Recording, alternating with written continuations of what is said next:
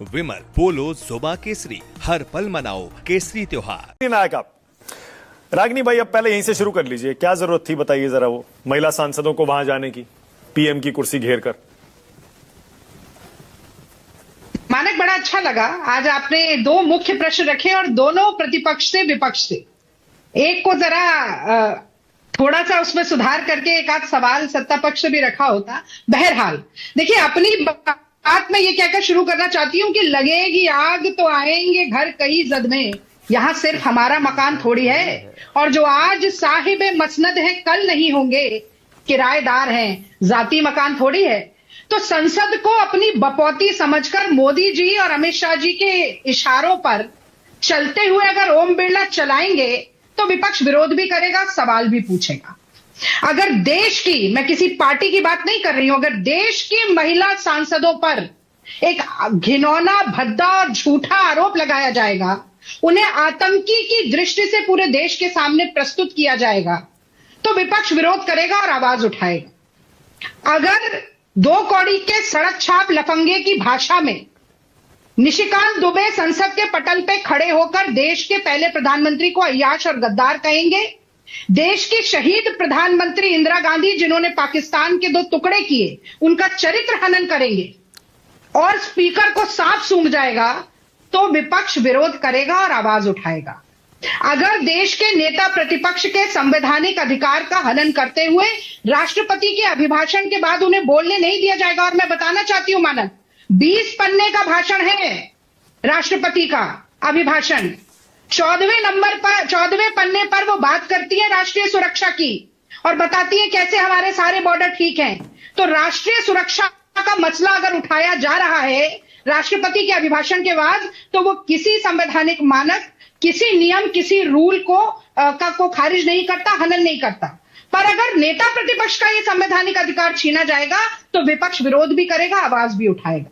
अगर राष्ट्रहित को ताक पर रखते हुए अमेरिका के आगे सरेंडर होकर, कॉम्प्रोमाइज होकर, ट्रंप के आगे ये गाना गाकर कि जो तुमको हो पसंद वही बात कहेंगे, तुम दिन को कहो रात तो हम रात कहेंगे, मोदी जी ऐसा करेंगे, तो भी विपक्ष विरोध करेगा, आवाज जरूर उठाएगा।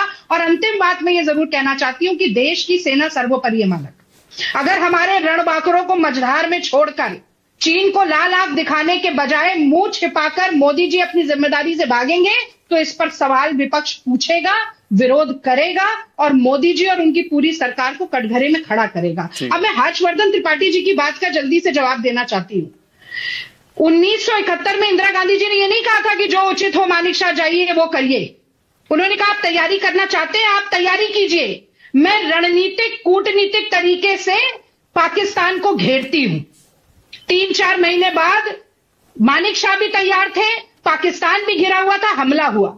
1965 में लाल बहादुर शास्त्री पीर पंजाल में जब हमें परेशानी हुई, उन्होंने ये नहीं कहा था आर्मी से जो उचित हो जाकर वो करो, उन्होंने कहा जाइए दूसरा फ्रंट खोलिए, लाहौर पर कब्जा कीजिए। 17 किलोमीटर दूर थी भारत की सेना। तो ये उल जलूल बयानबाजी आप कहीं और जाकर करिएगा, जो उचित होगा वो करिए, और उसका मतलब एक छोटा सा, मोदी जी ने खुली छूट दे दी। छोटा सा सवाल मेरा भी इसी में, राहुल गांधी के पास किताब कहां से आई, बता क्यों नहीं देते? पूछा कई बार मीडिया ने, जवाब नहीं दे रहे। अब वो एफआईआर कर ली दिल्ली पुलिस ने।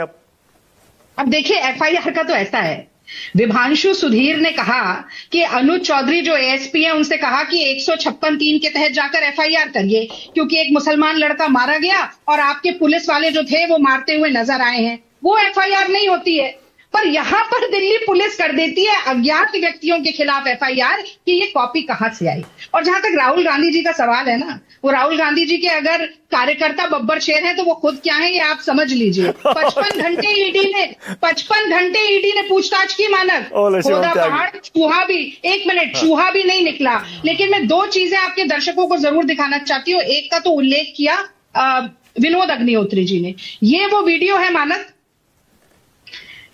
डॉक्टर मनमोहन सिंह के पास खड़े होकर बैनर दिखाया जा रहा है, पन्ने फाड़े जा रहे हैं, उनके मुंह के पास फेंके जा रहे हैं। डॉक्टर साहब असल में 56 इंच का सीना दिखाकर वहीं खड़े हैं और नरेंद्र मोदी जी ने स्पीकर से एक भद्दा आरोप लगवाया और तथाकथित विश्व गुरु महामानव 56 इंची नरेंद्र मोदी महिला सांसदों के डर से नहीं आए, ऐसा स्पीकर ने खुद कहा। ओके। आखिरी लाइन बोल रही हूं, संविधान ने स्पीकर को बनाया था एक न्यूट्रल अंपायर सत्ता पक्ष और प्रतिपक्ष के बीच में। ओके, शिवम त्यागी, अब शिवम त्यागी, भजन मंडली के सदस्य बन गए हैं मोदी जी अब शिवम त्यागी, नो कॉन्फिडेंस मोशन लाना जरूरी। ओके।